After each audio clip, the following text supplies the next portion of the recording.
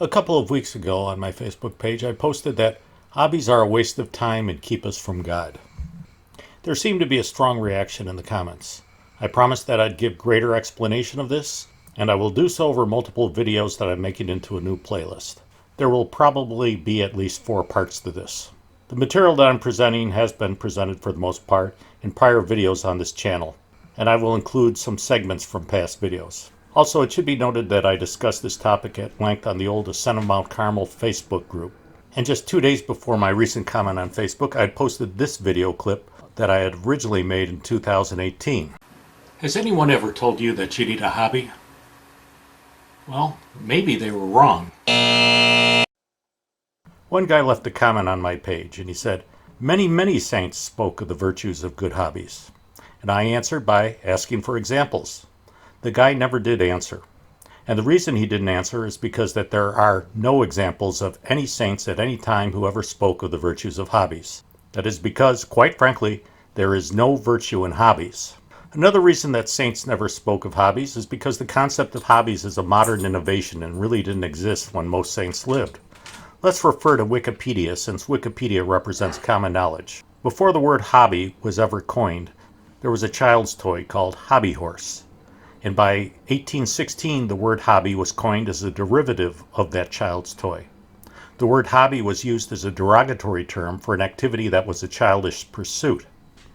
Here's a snippet from a secular newspaper, the Leeds Mercury, dated February 16th of 1865, and it says, "Most persons consider that hobbies are a waste of time." So the saints would have thought of hobbies as childish pursuits, and most certainly as a waste of time. We'll discuss this over the series of videos. St. John of the Cross wrote, "Oh, did spiritual persons but know how much good and what great abundance of spirit they lose through not seeking to raise up their desires above childish things." Even as late as January 10th of 1902, we read in the Henry County Republican, "Outline maps are more useful than going into detail. This work should be by both pencil and crayon, but it should not be made a hobby and cause a waste of time and labor." St. Thomas Aquinas wrote, "Just as it belongs to effeminacy to be unable to endure toilsome things, so too it belongs thereto to desire to play or any other relaxation inordinately." Scripture says, "When I was a child, I spoke as a child. I understood as a child. I thought as a child. But when I became a man, I put away the things of a child." But with the Industrial Revolution, people had more leisure time. Instead of using their newfound time for higher pursuits, most people spent their newfound time looking for fun and pleasure. Aberrant and deviant and childish behavior became mainstream. Kind of like what we see nowadays with aberrant sexual behavior. Hobbies became mainstream and the definition of the word changed. Nowadays, the definition is, hobbies are an activity done regularly in one's leisure time for pleasure. So the key word here is that hobbies are done for pleasure. They are not directed toward God or others. It is inherently selfish. Not all pleasures are evil. For example, if a man is carrying a heavy load and then puts it down, he naturally feels pleasure. However, pleasure that is derived from attachments to worldly things is never a good thing. In order to fit the definition of a hobby, it is done regularly and repetitiously. Hobbies clutter up our time and take up our attention, leaving less room for God. In this chapter, St. John refers to creatures, which are created things. Creatures are attachments, and you've probably run across discussions about attachments elsewhere.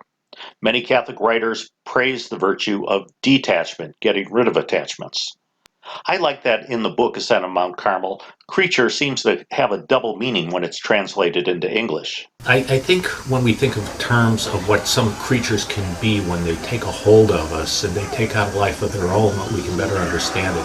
So a creature kind of takes on a life of its own. It clouds our judgment. Sometimes it makes us even do things we don't want to do, but it consumes us. And the biggest problem with a creature is that we spend a lot of time on it. What we think about the most, what we do the most, is what we love. If we spend more time with an addiction than we do with God, it stands to reason that we love that addiction more than God. What we're supposed to do, according to the first commandment, the most important commandment, is to love God with all our heart, mind, and soul. But if we spend it thinking about an addiction, we are violating that commandment. Getting rid of our hobbies is exactly the type of thing that St. John is asking us to do when he talks about the dark night of the soul. We're darkening ourselves to our pleasures, addictions, and hobbies. He tells us that night is nothing but the absence of the light that comes from worldly sources. Therefore, we don't really see or notice worldly objects when we're unoccupied and in darkness and cut off from that worldly illumination.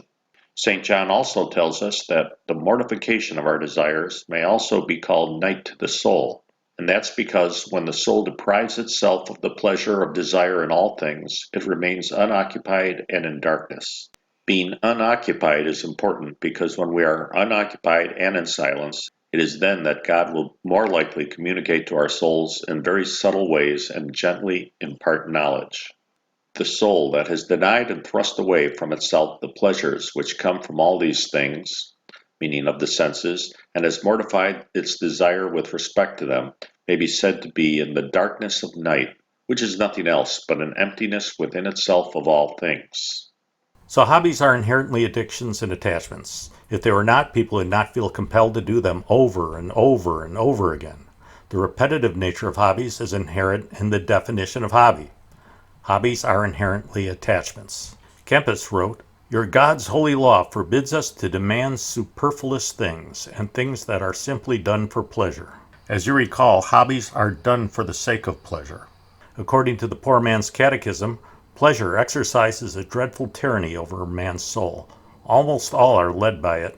Well, this video has run about the length I like to keep them, so I'll be back very soon with the next part of this playlist. This video was just a foundation. There will be greater explanation in the future videos.